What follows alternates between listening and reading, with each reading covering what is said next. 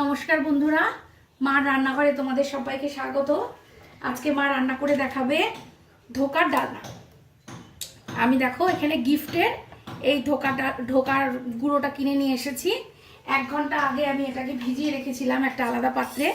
এর মধ্যে নুন টুন কিছুই দিতে হবে না, গুঁড়োটা শুধু 1 ঘন্টা আগে জলের মধ্যে ভিজিয়ে রেখেছি। এবার এটা আস্তে আস্তে এটার মধ্যে ব্যাটারটা তৈরি করে নেব। এর মধ্যে দিয়ে দিতে হবে অল্প একটু তেল,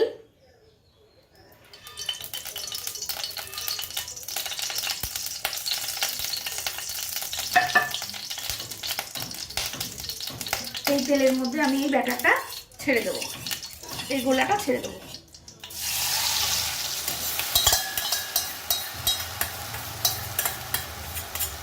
এর মধ্যে নুন টুন কিচ্ছু দিতে লাগবে না, সব দেওয়াই থাকে, জাস্ট এটা সুন্দর করে করে নিতে হয়। আঁচ একদম ধিমি আঁচ করে নিতে হবে। এইভাবে ঘেটে ঘেটে আস্তে আস্তে এটা একটা মন্ড তৈরি হয়ে যাবে।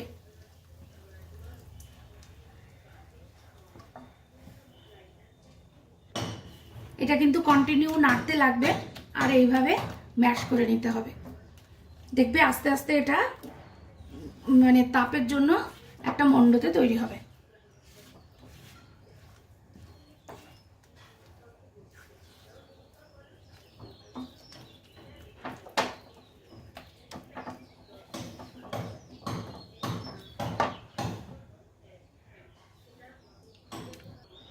দেখো এটা একদম রেডি। এবার এটা এই অবস্থাতেই নামিয়ে নেব, একটা পাত্রে ঢেলে নেব।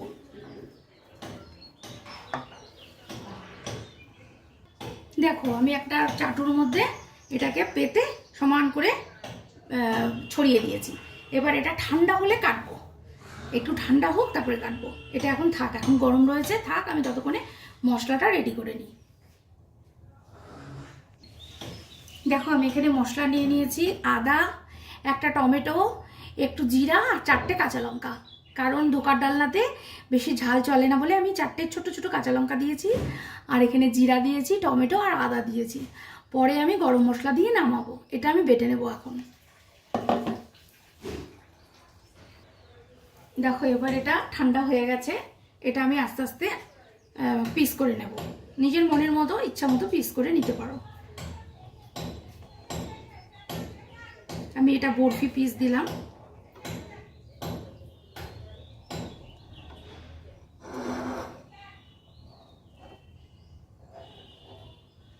একটু বড় বড়ই রাখলাম।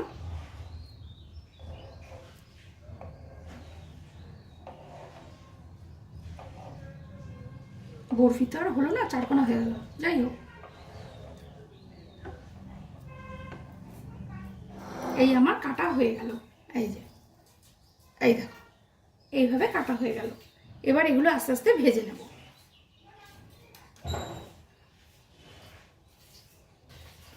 দেখো এবার আমি এগুলোকে একটা একটা করে ভেজে নেব। আঁচটা কিন্তু একদম কমে রাখতে হবে, বেশি হাই ফ্লেম করা যাবে না।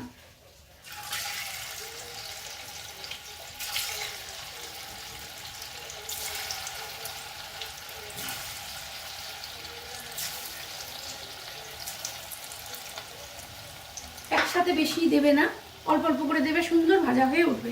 একটু লালচে লালচে গোল্ডেন কালার হলে পরে আমি এগুলোকে তুলে নেব। দেখো বড়াগুলো কিন্তু আমি ভেজে নিয়েছি। এবার এগুলো আমি একটা একটা করে তুলে নেব।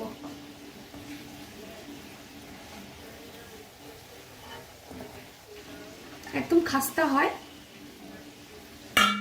দাঁড়াও, অন্য পাত্রে তুলি।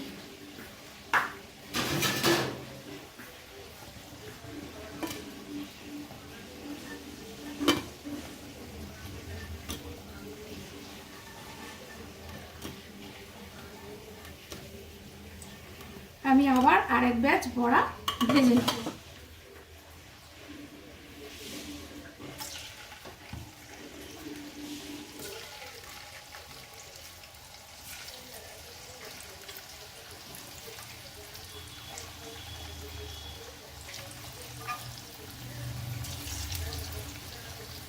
কেউ যদি মনে করো এই বড়া দিয়ে ডাল দিয়ে খাবে, তাহলে তারাও খেতে পারো। রসা খাবো না, ডাল দিয়ে বড়াটা খাবো, তাও খেতে পারো।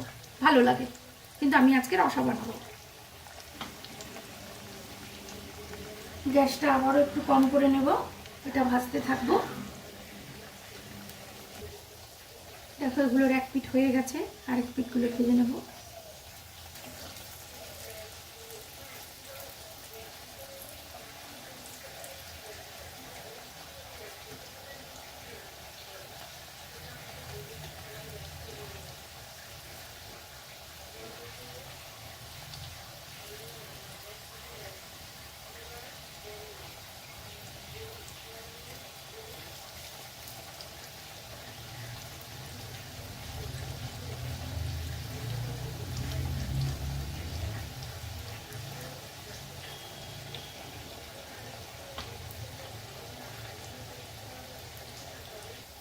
বড়াগুলো হয়ে গেছে, এবার এগুলো তুলে নেব।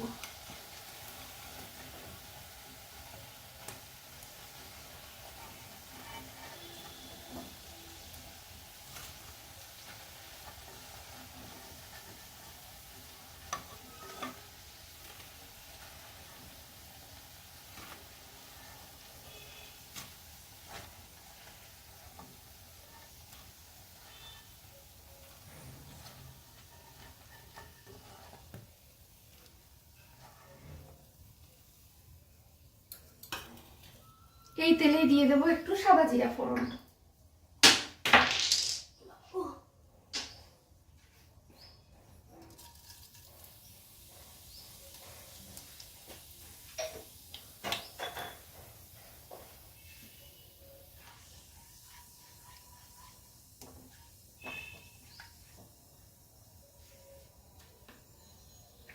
দিয়ে দেবো আলু।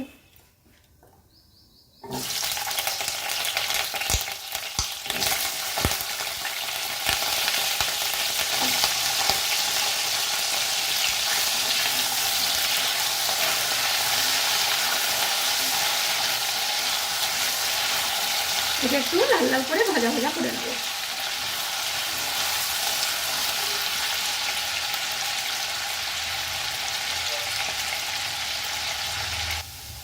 আলুগুলো লাল লাল করে ভাজা হয়ে গেছে, এবার আমি এর মধ্যে দিয়ে দেবো বেটে রাখা মশলা।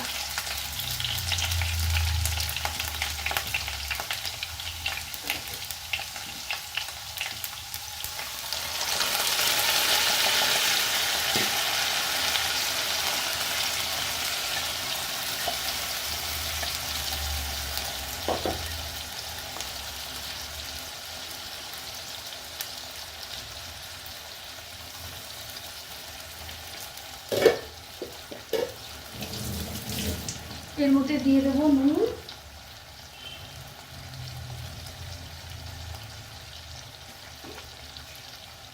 স্বাদ মতো চিনি,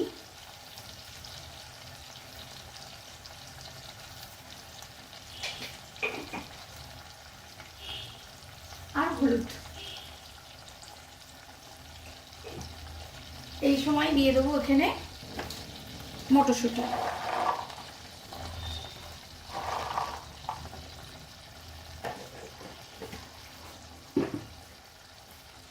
ভালো করে এগুলো কষিয়ে নেব।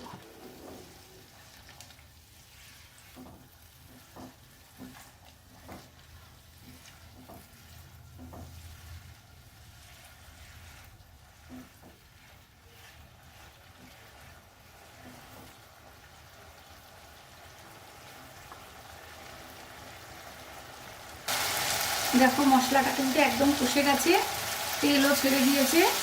এবার আমি এর মধ্যে জল দিয়ে দেবো। মিক্সিটার মধ্যে যেটুকু মশলা ছিল ওটার মধ্যেই আমি জল দিয়ে এর মধ্যে দিয়ে দেবো।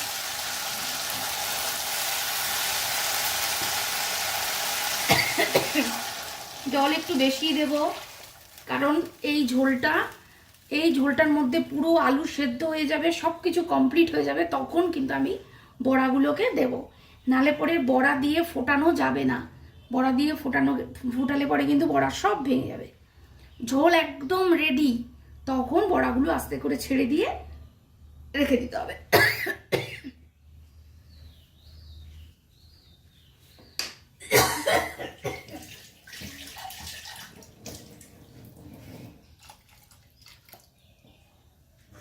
এবার আমি এটা একটু ঢেকে দেব, আলুগুলো সব সেদ্ধ হবে, তারপর ঢাকনা তুলে বড়াগুলো দেব। রান্না দেখাও নাই। দেখো ঝোলটা একদম ফুটে গেছে, ঝোলও ফুটে গেছে, ঝোল তৈরি হয়ে গেছে, আর আলুগুলোও সেদ্ধ হয়ে গেছে। এবার আমি এর মধ্যে দিয়ে দেবো গরম মশলা।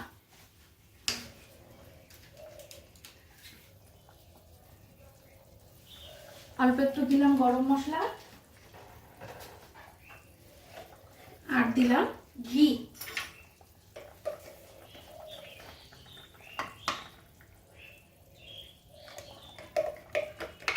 ঘিটা আমার একটু ফুরিয়ে গেছে, যাই হোক যথেষ্ট আছে। ঘি দিলাম।